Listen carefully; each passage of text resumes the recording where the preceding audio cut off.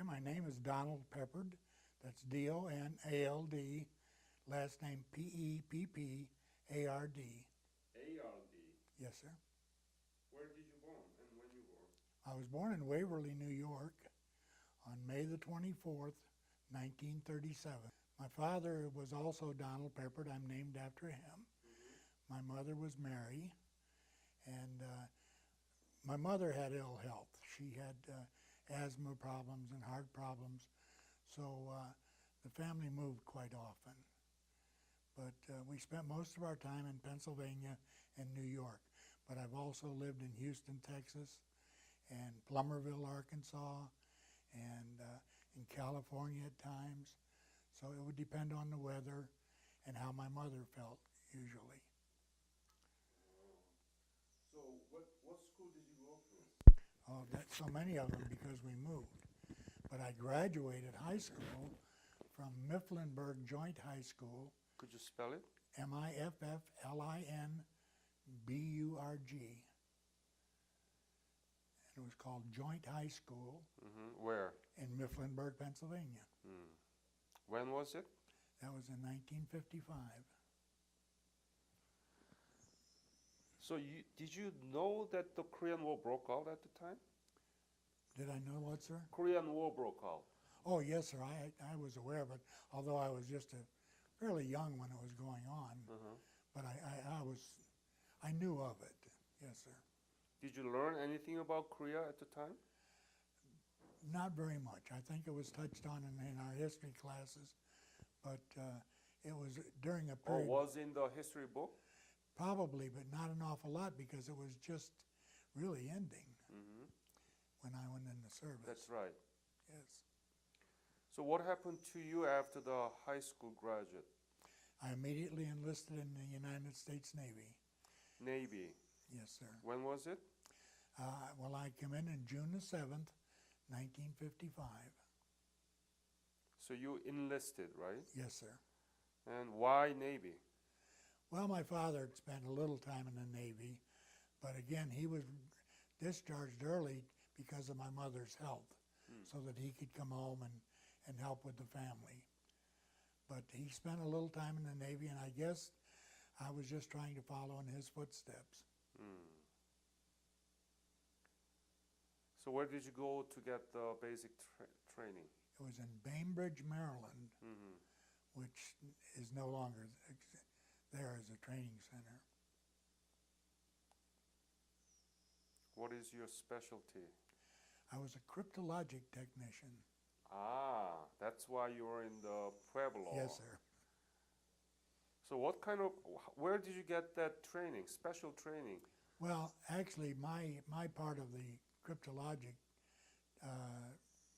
position was administrative, so I didn't have any special code training or anything like that. The training I had was as a yeoman, which is another Navy rating. Mm-hmm. But because I was able to qualify for a very high clearance, security clearance, they decided to make me a cryptologic technician, but I was in the administrative branch. Hmm. So you were mostly taking care of the administration. Yes. Hmm. Usually I would be in charge of keeping track of publications and doing the filing work and whatever other administrative duties were required. So when did you go to Korea? Well, in 1968. So please tell me about how you end up being in Korea. Well, in my specialty, most of my duty stations would have been overseas or in the United States, but on land. And in 1967, I was ordered to go aboard the USS Pueblo, which was just being outfitted in Bremerton, Washington. And it was my first ship, and as it turns out, my only ship. But I went aboard that as part of the security group team we had aboard. And then, of course, on our first mission, we were attacked and captured. So you were in Guam? I was on Guam for 11 months, Mm-hmm. and then from Guam I went to Bremerhaven, Germany. Ah. And then from Germany I went to Washington, D.C. Mm-hmm. And let me see, after Washington I went to Edsall, Scotland. And after Edsall I went to Groton, Connecticut. And then I went aboard the Pueblo. So you've been all over? Pretty much. Wow. That's been really exciting, huh? It was, really. So when you were ordered on board of USS Pueblo, what were you thinking? Well, it was my first sea duty, and I was a little bit excited about going to sea. After all, I was in the Navy, and that's Right. what Navy people do. Mm-hmm. Other than that, there wasn't much chance that I would be aboard ship. I was a little concerned about being separated from my family, You're right. but nonetheless, I look forward to the sea duty. So from Washington State, how did you get into the Pueblo? Was Pueblo in Washington? Pueblo is in Bremerton, Washington, where they were outfitting her and changing her structure to so that we could have our equipment aboard. You see, originally Pueblo was a cargo ship, Yeah. and it was built for the Army. And so we had to convert it to a surveillance platform where we could put our equipment aboard and our antennas and things like that. So I was part of that, what they call the commissioning crew. You mean the Pueblo was not equipped with all this intelligence equipment until 1967? That's correct. Yes. Before that, it had been just a little cargo ship for moving supplies around in the Pacific, and it was the Army ship. And then, believe it or not, I thought it was done long before 1960s. it was built in 1944, 44, yeah. but it served as a cargo ship. Okay. Then we took it. The Army didn't want to use it anymore, so during the Korean War, the South Korean Navy used it. We loaned it to South Korea. And then after the armistice, or the ceasefire, it came back to the United States, and we put it in mothballs in Clatts County, Oregon. And then the National Security Agency asked the Navy to provide some ships, with electronics equipment to do surveillance. So 3 of the ships were pulled out of mothballs. The USS Banner was already in operation, and then they took 2 more out. One of them became the USS Pueblo, and the other was the USS Palm Beach. Tell me about, when did you leave for Korea from Washington, D.C. in Pueblo? Well, we left Bremerton, Washington. First we went down to San Diego, San Diego. and we spent about 6 weeks in San Diego. What did you do there? We were doing what they call underway training. We were training the crew what to do in case of a fire, what to do in different emergency situations, because we had a very young crew, and they were not familiar with those type of duties. So we went through a series of maneuverings and tests to get the crew ready. And then we left, seems to me like it was in early November, and we traveled to Hawaii and spent about 4 days there while our commanding officer went through briefings with the commander for the Pacific Fleet. And then we went to Yokosuka, Japan. Mm-hmm. And Yeah. we stayed in port there. We had some issues with our steering. It was not working correctly. So while we were in Yokosuka, the Japanese shipyard workers were able to correct our steering problems. And we left Yokosuka to go on our first mission on January the 5th. And that was to make our trip off North Korea. So from Yokosuka, you went to Sasebo and then went to... We were in Sasebo for 1 day, Mm-hmm. and then we went up through the Sea of Japan. We call it East Sea.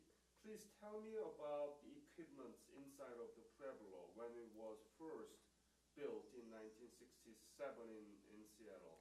Well, when it was converted, Yeah, what kind of equipment and what was the capacity? For example, how good the intercepting and all this intelligence. well, see, that's what I was explaining. I was administrative. I really was not an equipment operator.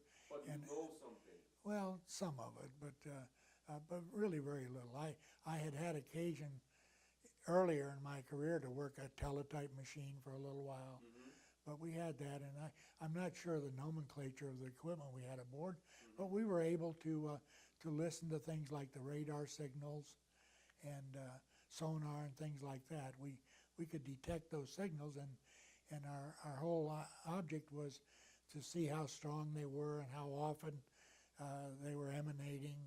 So it was that type of a mission where we were just trying to figure out what type of equipment they had so that they could detect us. So it's not as fancy as we have right now. Oh, not like today, no. Right? Yeah. No, Yeah. not anywhere near. What was the basic mission of this Pueblo? Was about North Korea? Was it Soviet Union? It was strictly North Korea. We were Strictly? yes, Are you sure? yes. How? I mean, how do you know that? Well, I was privy to some of the orders we received because of my position of being able to file those things, and I saw nothing that said we were to do anything along. Even though we went up as far as Vladivostok, there was nothing to say that we were to try to get any information from Russia at all. So you were up to Vladivostok. We went that high, Yeah. and then we turned south. So when you were about to go on board on January 5th, what was the were there any specific mission and routing? Do you remember? Well, again, I'm not familiar with that, but we were to go and just come down the coast of North Korea. That was our entire mission, to check out the signals that were emanating from North Korea. The stop in Sasebo was not part of our original plan, but we had a great deal of classified material aboard, more than we needed for the mission. So the reason we stopped in Sasebo was to take some of that classified material off and send it back to our headquarters. So otherwise we would not have stopped in Sasebo. But still, you had a lot of classified We- materials we- when you were caught Even by so, the we had North more Koreans. than we needed, yes. Ah. And unfortunately, we had no adequate way to destroy it. So could you describe details from January 5th up to 23rd when you were captured? Well, that was just routine shipboard traveling, and nothing much going on. Not from my aspect. I mean, I had things to do in my office, normal everyday work, and that was it for me. It was not until the 23rd, when we were actually attacked, that the whole system changed. When did you first encounter with North Korean vessel? Well, again, I was where I couldn't see what was going on, but the first announcement I had was right after I'd had lunch, and it was When, 20th? the 23rd. Oh, well, no, there was earlier. Yeah, first encounter. As I recall, it was probably the 21st. Yeah. And I think there were a couple of North Korean fishing trawlers that went within 2,000 yards of us, and we're not even sure that they even were concerned about us. And then I think that the next day we had a visit from one of the sub-chasers come out and looked at us. And then on the 23rd is, of course, when they come out and attacked us. But we had no communications with them on those two earlier encounters. What did you hear from your commander? His name is Butcher, right? Lloyd Yes, Butcher. Lloyd. Any other superior. Have you anybody talking about this encounter with North Korean vessel and worrying about something could be happening? Did you hear anything at the time? Well, when they approached us on the 23rd, and everyone was concerned because the North Korean vessel was Fire. before they started firing, they ordered us to follow them into port, and that was, of course, a great concern to the commanding officer. Went on the 1MC, which was our communications system, and advised the crew to go to modified general quarters. Now, modified general quarters meant merely not to go on the open decks, to stay below decks where we could not be observed. And then when they actually fired at us, he ordered emergency destruction, and we did what we could there. As far as the equipment, we had no way really to destroy it. We had some hammers and some axes, but they were very ineffective. But you had a gun up there in the ship, right? In the vessel. We had two 50 caliber machine Right. guns. One was mounted on the forecastle and one just after the pilot house, but they were covered in tarpaulins and they were frozen. It was bitterly cold then. So they were covered over with ice, and they were completely exposed.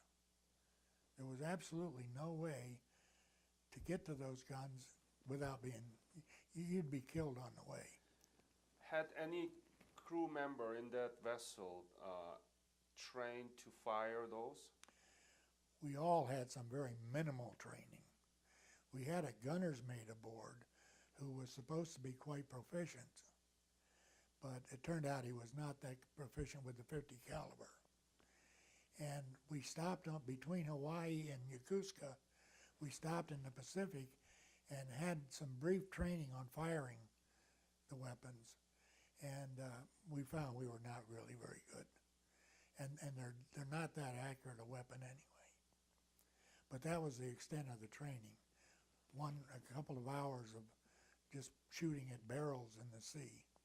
So you never knew that you're going to be captured until 23rd, or were you able to sense that something might happening after 21st? Well, the thing is, we had been able to read the situation reports from the USS Banner, who had made previous trips.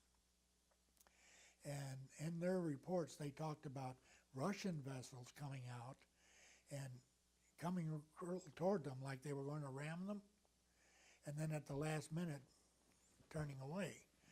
So we expected, if anything, we would get that type of harassment, but that nothing more serious than that. So we went into it with that knowledge, that we would probably, if we were detected, we would probably be harassed, but certainly not fired upon, and certainly not boarded. How many were crews? That 83, right? We had 83 crew members.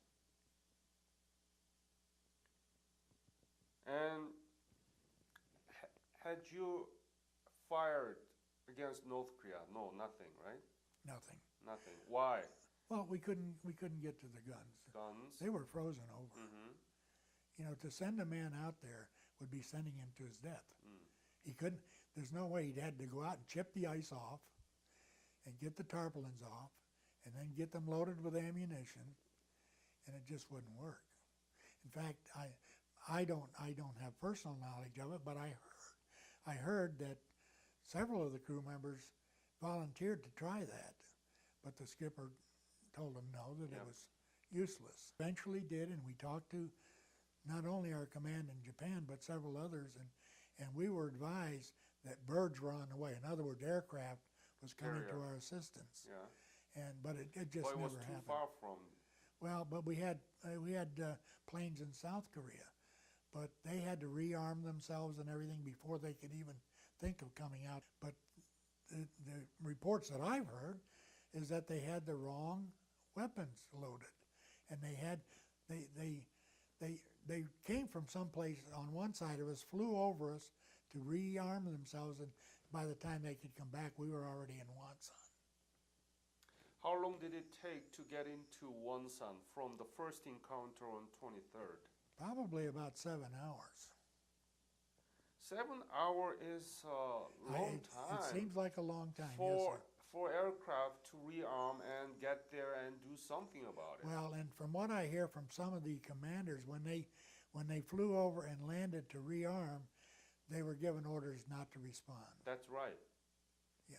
That's the part that I really don't understand. But anyway, what did you think when you were captured and brought into Wonsan?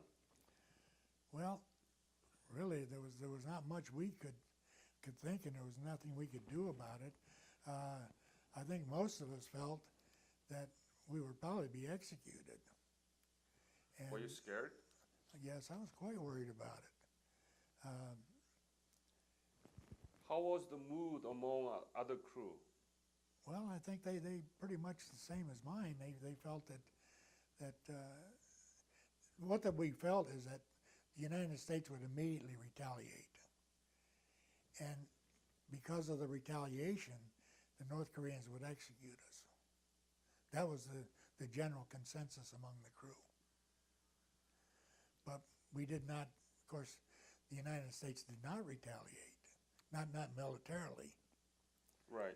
And I can recall that in the first compound where the North Koreans held us, a couple of MiG jets, which were owned by North Korea, Yeah. flew over, 21. and then they broke the sound barrier. Well, we thought it was an attack. We thought it was incoming bombardment, yes. But of course, that was not the case. You said that you went to Sasebo to demolish some of the classified To material. unload it. We unloaded it. Unload it, and- and then you had still a lot of those classified materials. Yes, sir.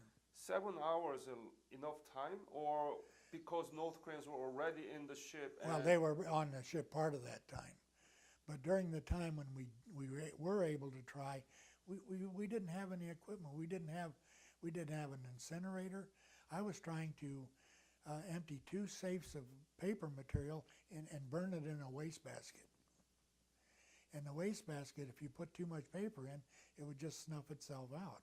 So I had to do it a few pages at a time, and it was painfully slow. You did. Yes. And besides that, my office was about a quarter of the size of this area we're in now.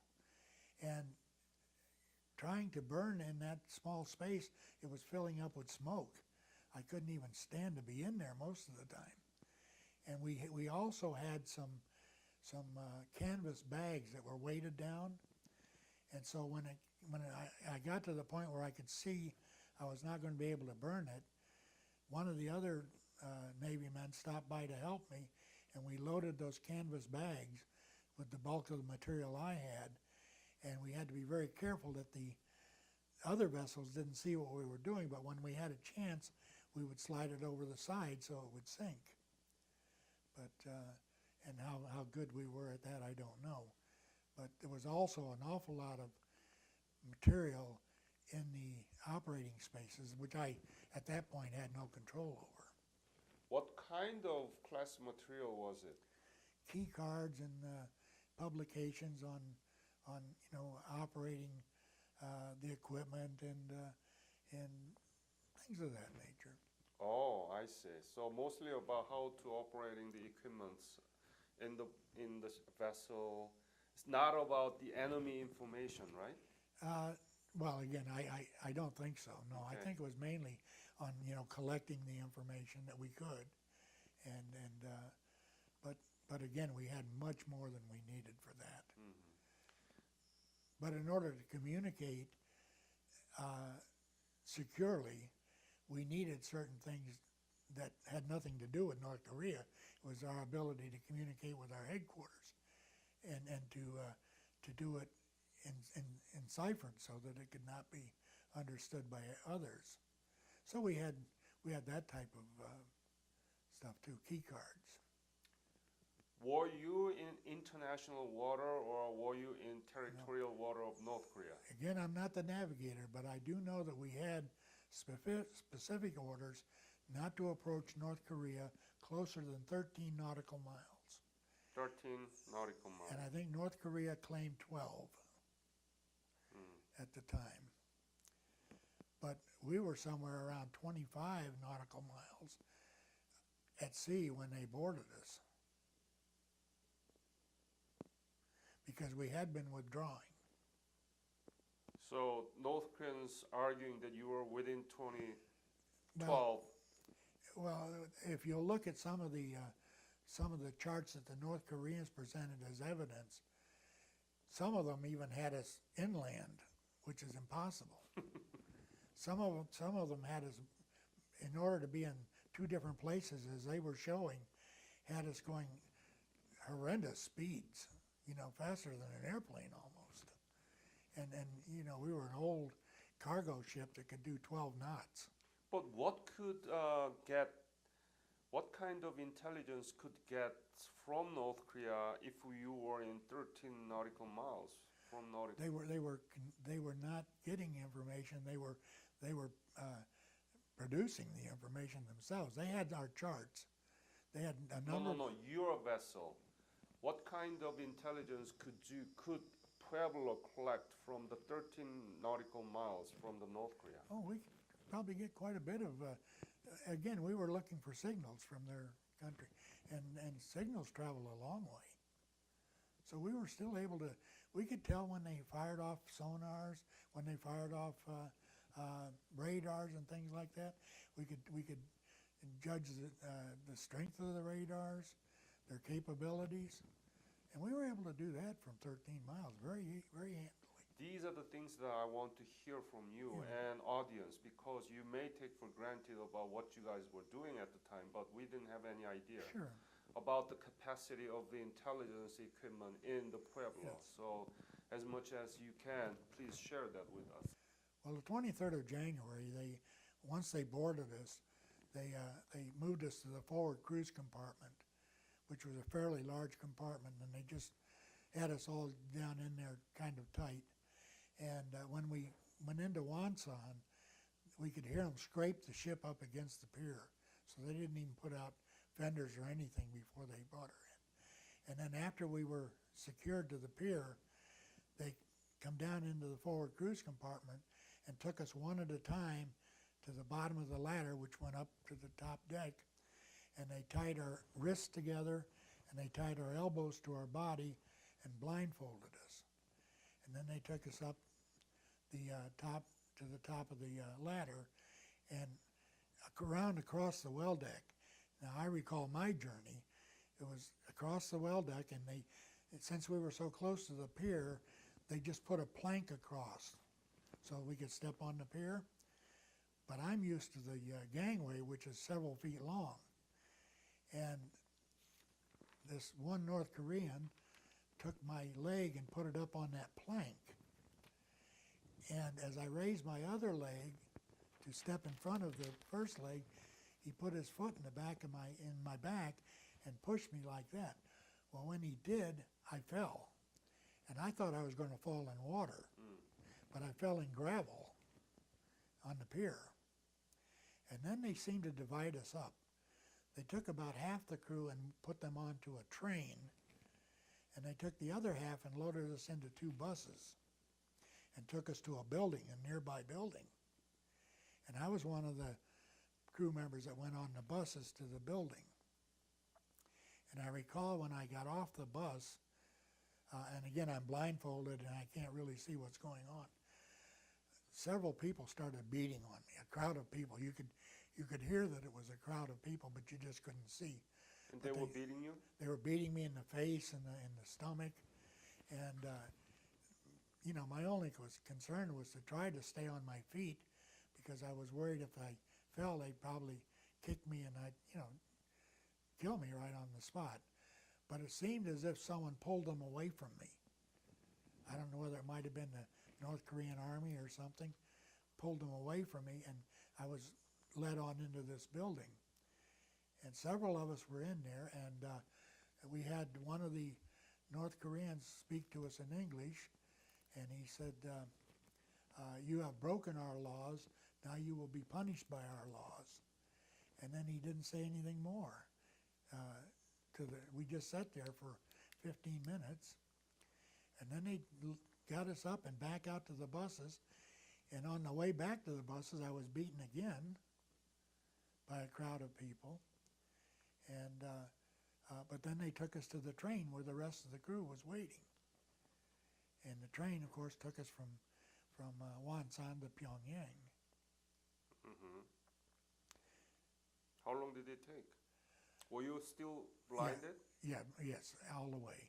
So I wasn't aware of how long it took, and I couldn't see a watch or anything like that or a clock. What were you thinking in the train? Were you Well, really must be scared to Really, death? yes, because we had no idea what was going to happen to us. But we didn't think whatever it was going to be very pleasant. But the North Koreans, while we were in the train, they started taking us one at a time to a little room at the end of the train car for an interrogation. And they simply asked us our name, rank, age, and I think that was it, which was all things that were allowed to give under the Geneva Conventions. And then that was going too slow, so they started coming through the train car and doing the same interrogation to each of the crew members. And then while we were blindfolded, they came around and handed me something, and it was bread is what it was, but I didn't realize it. But they gave me a piece of bread and some water. So we had that to eat on the way to Pyongyang. And then when we got to Pyongyang, they took off the blindfolds and they untied us. And they had us parade around with our arms in the air like we're in custody, while they made moving pictures of us and still pictures. So you were marching. Yeah, they kind of had it just not necessarily marching, but walking in a line. What is the scene? Do you remember anything you saw? Well, where was it? The initial thing is it was after dark when we arrived on the train. I see. And they put us in buses and moved us to a compound which was just on the outside of Pyongyang. It wasn't in Pyongyang itself. And I remember the buildings seems like they were kind of old and in disrepair. But I think it was some kind of a military base. They kept us there. We were there from January the 23rd until I think March the 6th. And during that time, they did allow us to take a couple of baths, which was nice because, having been used to being able to bathe every day, to go 2 or 3 weeks without bathing was not very pleasant either. But they did allow us that, but otherwise we were just confined to the buildings where they kept us. So on March the 6th, anyway, they moved us to a different compound, I think closer to the city than the first one was. And it seemed to be a more modern building than the one we had been in. And they kept us on 2 floors, the second and third floor of the building. It was 3 stories of the building. And here they did not, in the first compound they had all of the windows were covered. We could not see out. We had no idea what was outside the building we were in. But at the second building, they left the windows uncovered. But there was really not much to see. In the distance, we could see some mountains and hills, but they were treeless. They were quite barren. And there was a mound that circled the compound we were in. How many were in the room? In the very first place they had us, there were 4 enlisted. And then when they moved us to the new compound, they doubled the rooms and put us 8 to a room. But in each instance, the officers were alone. There was 1 to a room for the officers. Officer was inside of the room with you? No. They had one officer to their own room. Mm-hmm. Each officer had their own room. Right. How about general crew? The general crew, 4 to a room in the first compound, And 8. 8 to a room in the second compound. Did you have a bed? Yes, we each had a cot. Mm-hmm. And how was their treat? How did they treat you meals and what Well, did you do? Uh, for the most part, if we just sat there, we were not bothered too much. Once in a while, though, they would take us out and put us through a session where they would talk to us about their way of life versus our way of life, and different things. Propaganda. Yes, and but the first building is where the really severe interrogations took place, the beatings and etc. When Oh, they moved us to the second place, it seemed that those were not quite as severe and not quite as often, but there was always the threat of mistreatment if you didn't strictly obey everything they wanted done. were you bitten too? Oh yes. Where and how? Well, all over my body really, but initially just slapped around in the face. But in that first building before we were moved, again, that's where the interrogations went on, and they brought a recorder in with the other three men. There was four of us together at the time. They brought a recorder in, which was the captain's voice reading a confession that obviously they had prepared. It's not anything that the captain would have written himself. We could tell that. And he was admitting that we had intruded in their waters and all sorts of things. Yeah. And all they wanted us to do was admit that it was the captain's voice and admit that what he said was correct. And we refused to do either one. And that's when they took us to another room and knocked us around a bit. And but that was the end of it. And then they let us. But I was threatened personally that I would be shot in the morning at that session. And so I didn't sleep well that night. But as, of course, they did not do it. But that was the type of thing that went on in the first compound. Were you able to talk with the commander and other crew and the officers? No. Only those that were in the room with us. What did you talk? Mainly about when are we going to get out of here, which we had no way of knowing, or if we were going to get out. And then we would talk about family. We would talk about food. How was food? The food was the same thing 3 times a day. We got a bowl of what we called turnip soup. It was actually a radish. But it was they'd boil a radish and give us that in water. And like 2 slices of bread divided up, so each man would end up with a half a slice of bread of the 4 of us. We didn't eat in our room. We went to a mess hall type thing Yep. that they'd set up. But it was a pretty meager meal. And we had that 3 times a day. Occasionally, they would give us a small piece of fish, and on even rarer occasions, they would give us a small apple. So, but that was the only real variance to our meals. Otherwise, we had what we called turnip soup 3 times a day for 11 months. Was it heated, the building?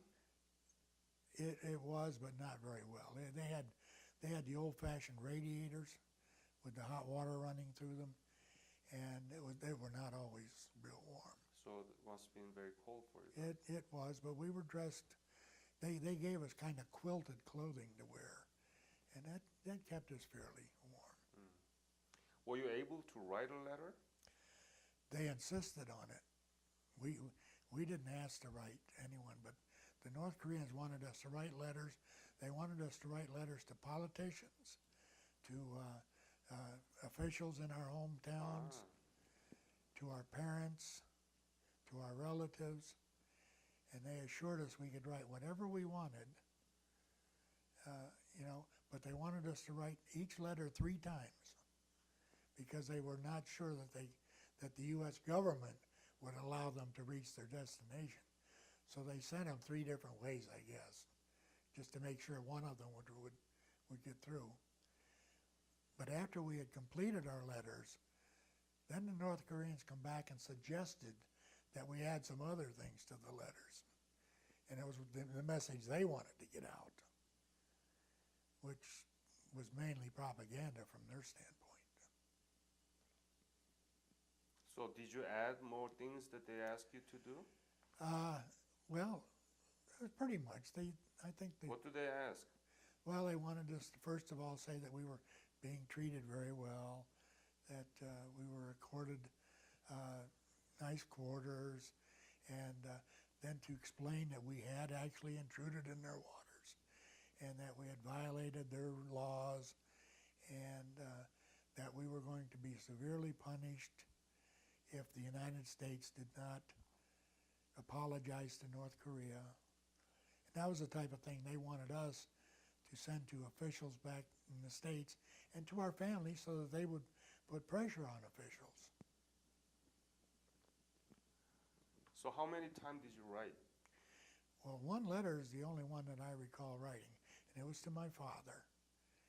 And but again, I had to write the same letter 3 times. That's funny. Yeah, and I think Dad said he got 2 of them. I don't know where the other one went. But they would get them back to the United States in diplomatic pouches from countries that they were associated with, and then mail them like anyone else would. Maybe through the Soviet Union. I think probably, Yeah, yes. U.S. actually asked Soviet Union to pressure against North Korea to release you guys. Yes. What was the perception of the crew about the butcher, the commander? Well, we thought he was very strong while we were in North Korea. He stood up against everything that they did to him, and he seemed to us very stalwart. Most of the crew, if you ask them today, they would gladly serve with him again. They felt that strong about his conduct while we were in North Korea. He did what he could to discredit the North Koreans and to the crew, so that they could see that he was being defiant, without necessarily appearing defiant, which would bring on more punishment. Right. But no. He did everything he could do. Yes, he did. Good. Did you stay that building throughout until you were released December 23rd? Yes, the second building we stayed there from March 6th until we were released. And you were close to Pyongyang, right? Yes. Yeah. Any chance that you get out of that building and go around somewhere else? You mean try to escape? No. I mean, any chance that you out of the building? They took us out. They took us out on 3 occasions. The first occasion, they took us and put us in buses, and they took us to what they called an atrocities museum. Mm-hmm. And inside, they had, in a case, they had mounds of dirt with shoes on it and things like that. And they said that was the result of the invasion by the U.S. And the people trying to run away lost their shoes, and what a struggle they had after we were there to attack them. And but it was not a really impressive museum in my eyes. And the next time they took us out, they took us at one time to a circus, and it was a huge arena, and they had like a lion in the middle with a guy with a whip to tame the lion, and some other acts there. But we were there as a group, and everyone else in attendance was North Korean Army. There were no civilians in the thing at all. But I think they brought us out, not so much for us to see the show, but for the North Korean Army to see us, that they had captured us.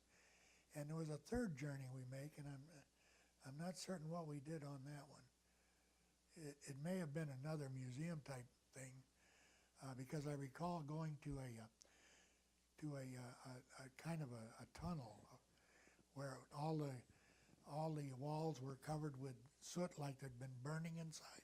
Mm-hmm. And they said that their own people had been forced into those tunnels, and then they burned them. So it's all about the propaganda. Yes. But you know, my thoughts about those 3 trips that we made is that we may have been set up to be released. And I think the North Koreans thought the negotiations were going to be in their favor, and they took us out of the compound and took us on buses, and then the negotiations fell through. And so they felt, well, we have to do something to make them think we took them out for this reason. To show off that they are Yeah. treating well in circus Yes, and make people in the United States desperate about you guys. yeah. Were you able to receive the letters from your family? We did get some letters, but they were all censored, and we only got letters with bad news in them. We didn't get any letters saying everyone's doing fine, and someone celebrated a birthday and things. We didn't get those kind. We got letters saying your uncle died or someone else was injured. So I didn't get any letters personally, but some of the crew did. Wow. They only wanted us to hear bad news. Yeah. They would gather us all together and tell us about the assassination of Martin Luther King. They gathered us all together one day, and one of the crew members, Angelo Strano, was there, with the entire group. And they asked, "Is Angelo Strano here?" And of course he was. He's part of the crew they were holding.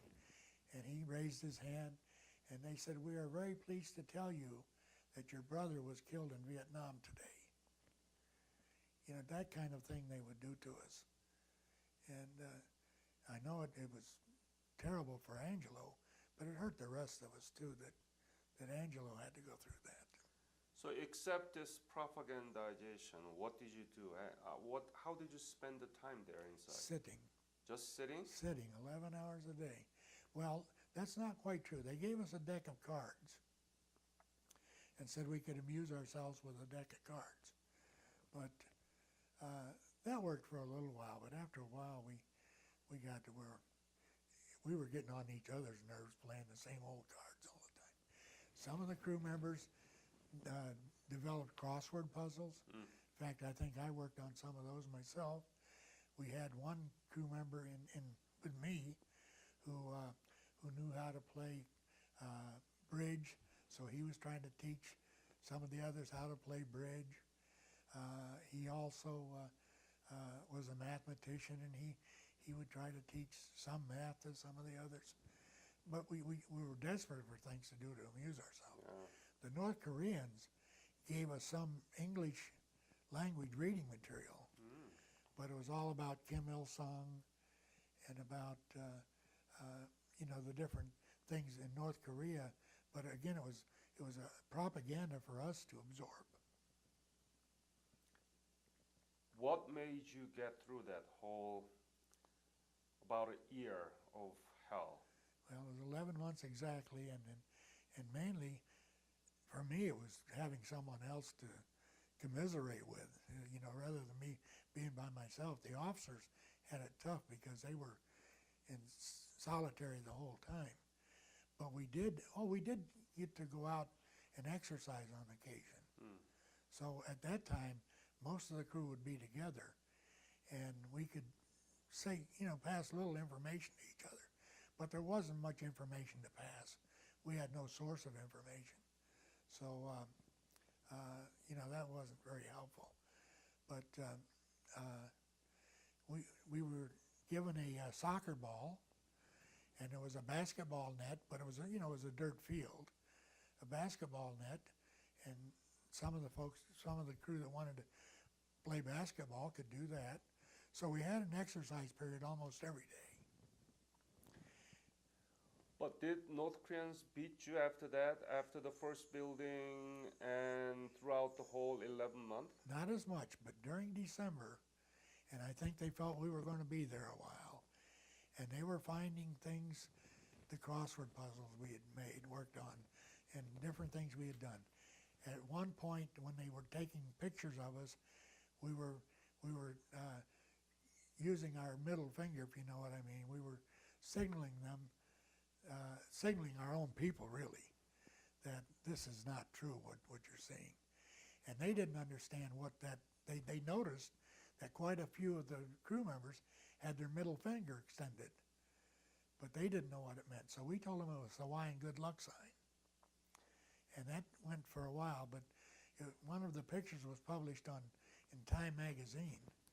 And when that happened, it upset the North Koreans that we had done that.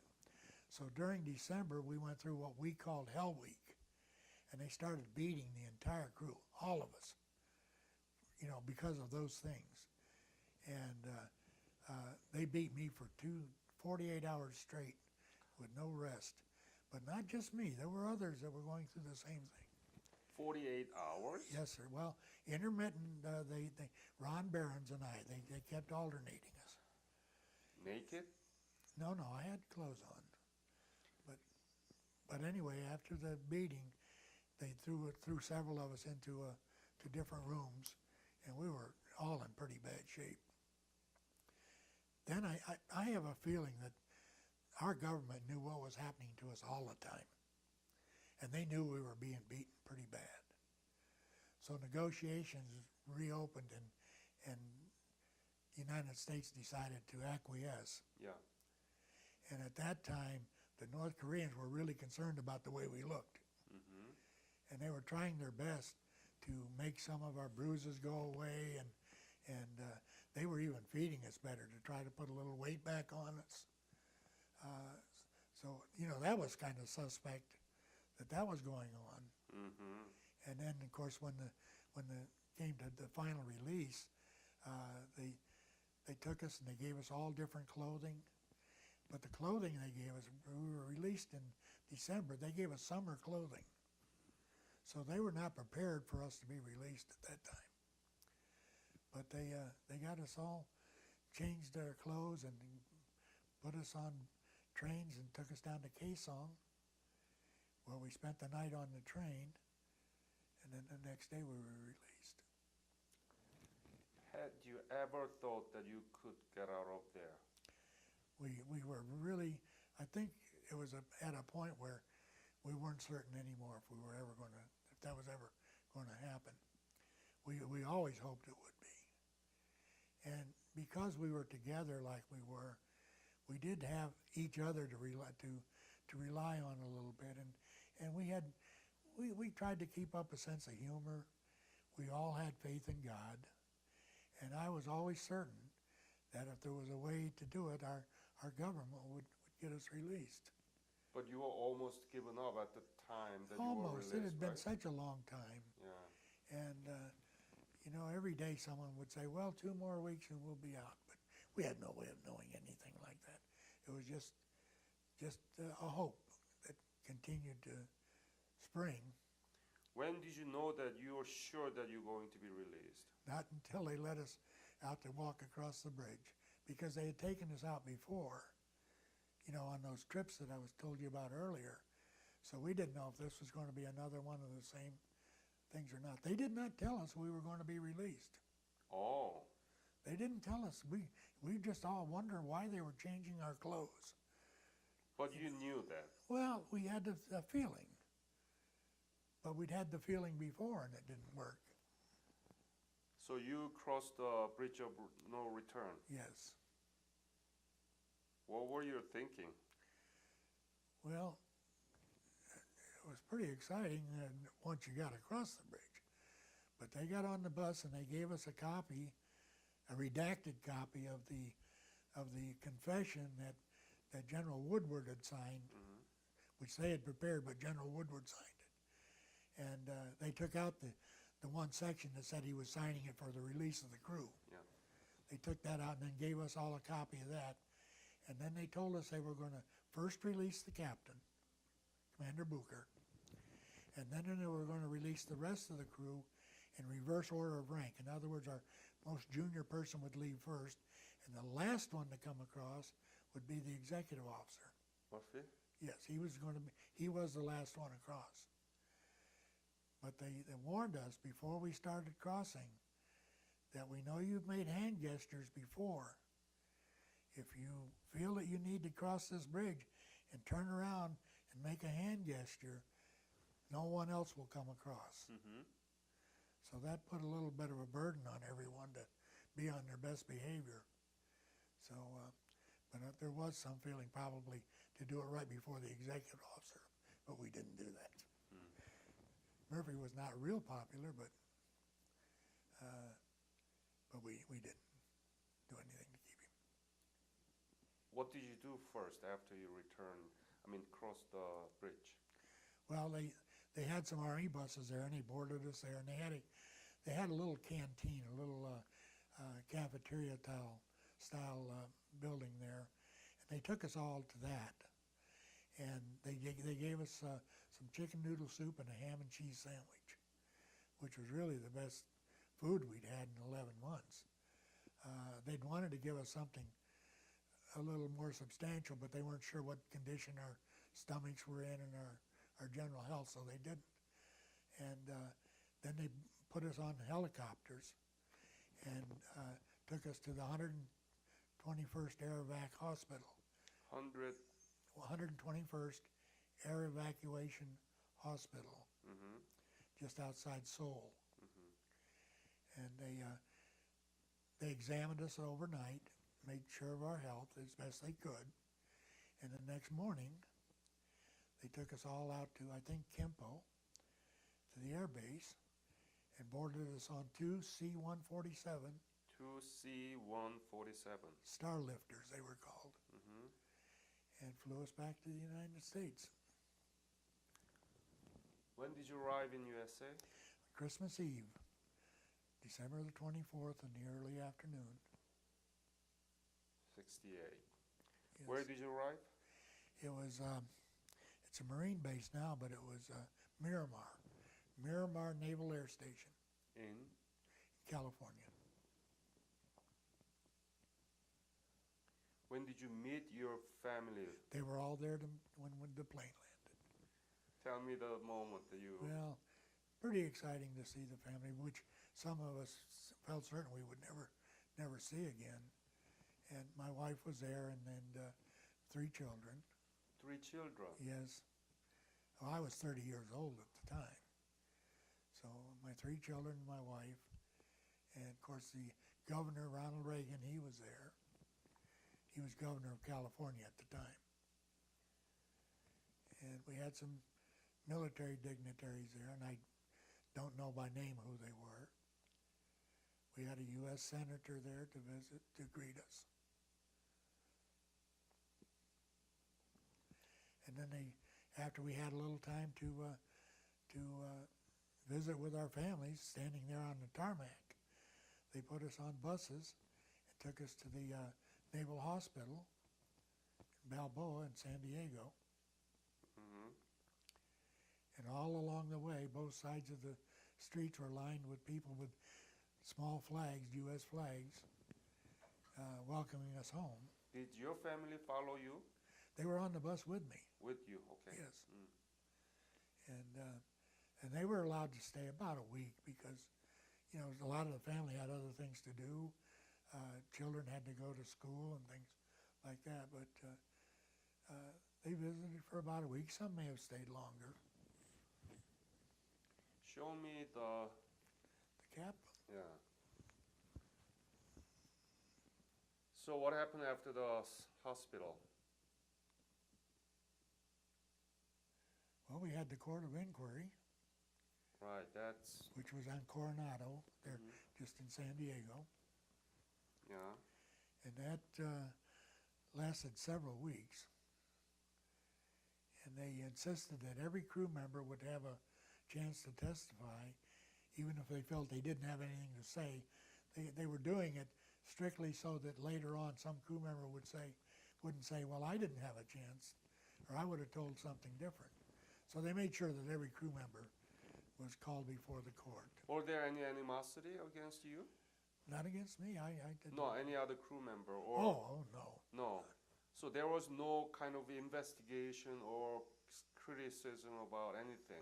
No. Nothing, right? Nope. The only ones that the Court of Inquiry was concerned about is the commanding officer and my boss, which was Lieutenant Steve Harris, and the XO. About what? Pardon me? About what? Well, Booker for having surrendered the ship. They call it surrendered the ship. I don't think he surrendered. It was taken away from him. But they thought he should have tried to fight the ship, but we had nothing to fight with. Right. And so that was the concern about Booker.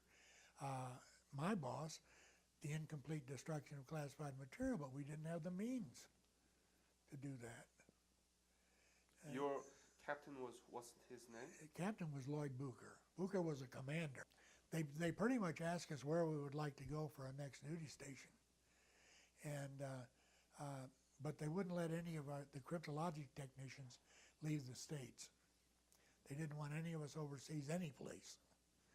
So I went up, my family was up in Bremerton, Washington, so I elected to go up there.